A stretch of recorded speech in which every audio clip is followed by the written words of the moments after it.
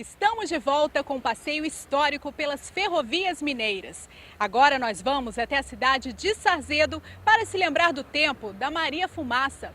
Aliás, naquela época, os trens tinham cada apelido. O som característico, a densa nuvem de vapor que saía, fizeram as primeiras locomotivas que rodaram pelo país receberem o apelido de Maria Fumaça. Não demorou muito e logo chegaram as novidades, máquinas modernas que encantavam os ferroviários. Elas são identificadas geralmente oficialmente por números.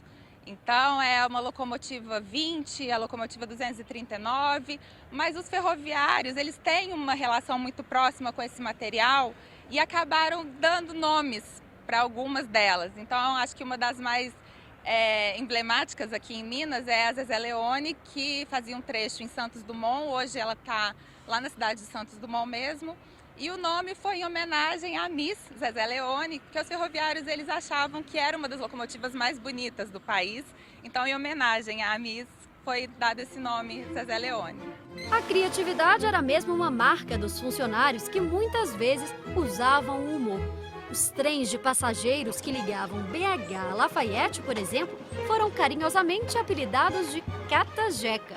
Às vezes uma cidade ela não tinha porte para ter uma estação ferroviária ou uma região da cidade não tinha como se instalar uma estação. Então eram instaladas pequenas paradas. Então elas iam fazendo essas paradinhas e pegando as pessoas para levar para os grandes centros, para a capital ou para a cidade mais importante da região. Então nessas paradinhas ganhou esse nome, né, do Catajeca, do trem Catajeca, que vai catando as pessoas no meio do caminho. Com as linhas férreas não foi diferente. Cidades que na época eram referências, homenagens a reis e rainhas.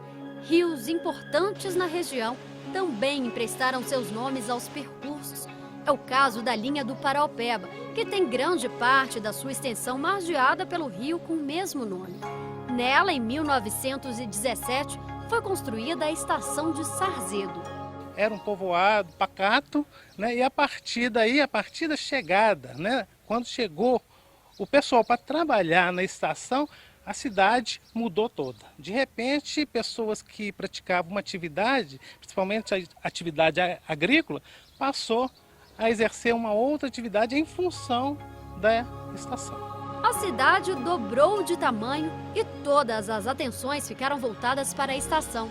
Trabalhar nela, então, um sonho para a maioria dos jovens da época, como o seu Geraldo. Ele não só conseguiu, como chegou ao cargo mais alto, chefe de estação.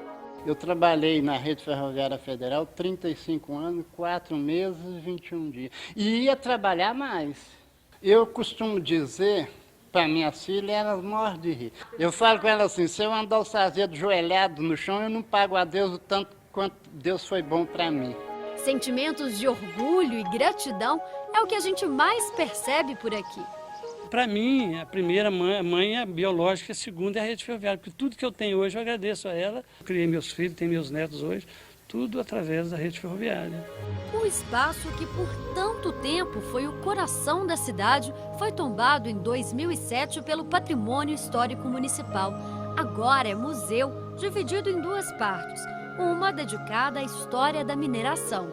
E funcionava como silo, né?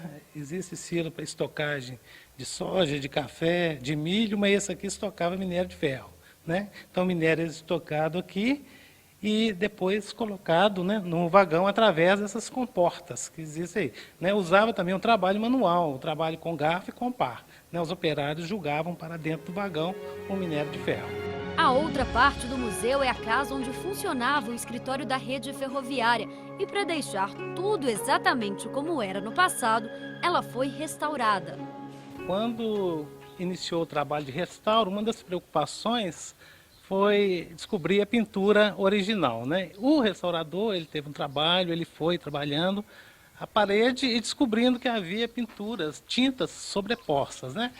E ele foi trabalhando até chegar à tinta original. Ela passou por várias pinturas durante esses anos todos da sua existência e chegou-se, né, várias pinturas, parece que 7 pinturas até chegar na pintura original. Essas inscrições bem na entrada são originais da época. Elas informavam os agentes ferroviários sobre a altitude em relação ao nível do mar e também a quilometragem, a distância daqui até a Estação de Ferro Central do Brasil, lá no Rio de Janeiro.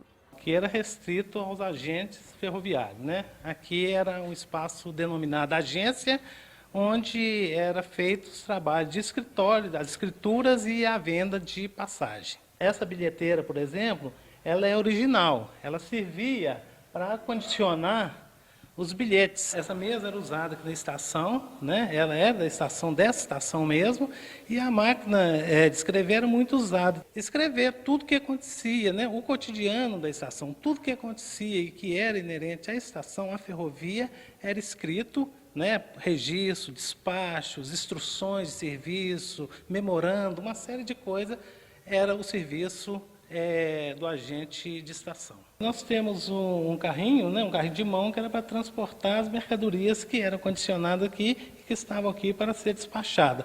Também a balança para pesagem. Geralmente toda estação tinha uma balança e tinha um carrinho para servir de transporte de pesagem para as mercadorias.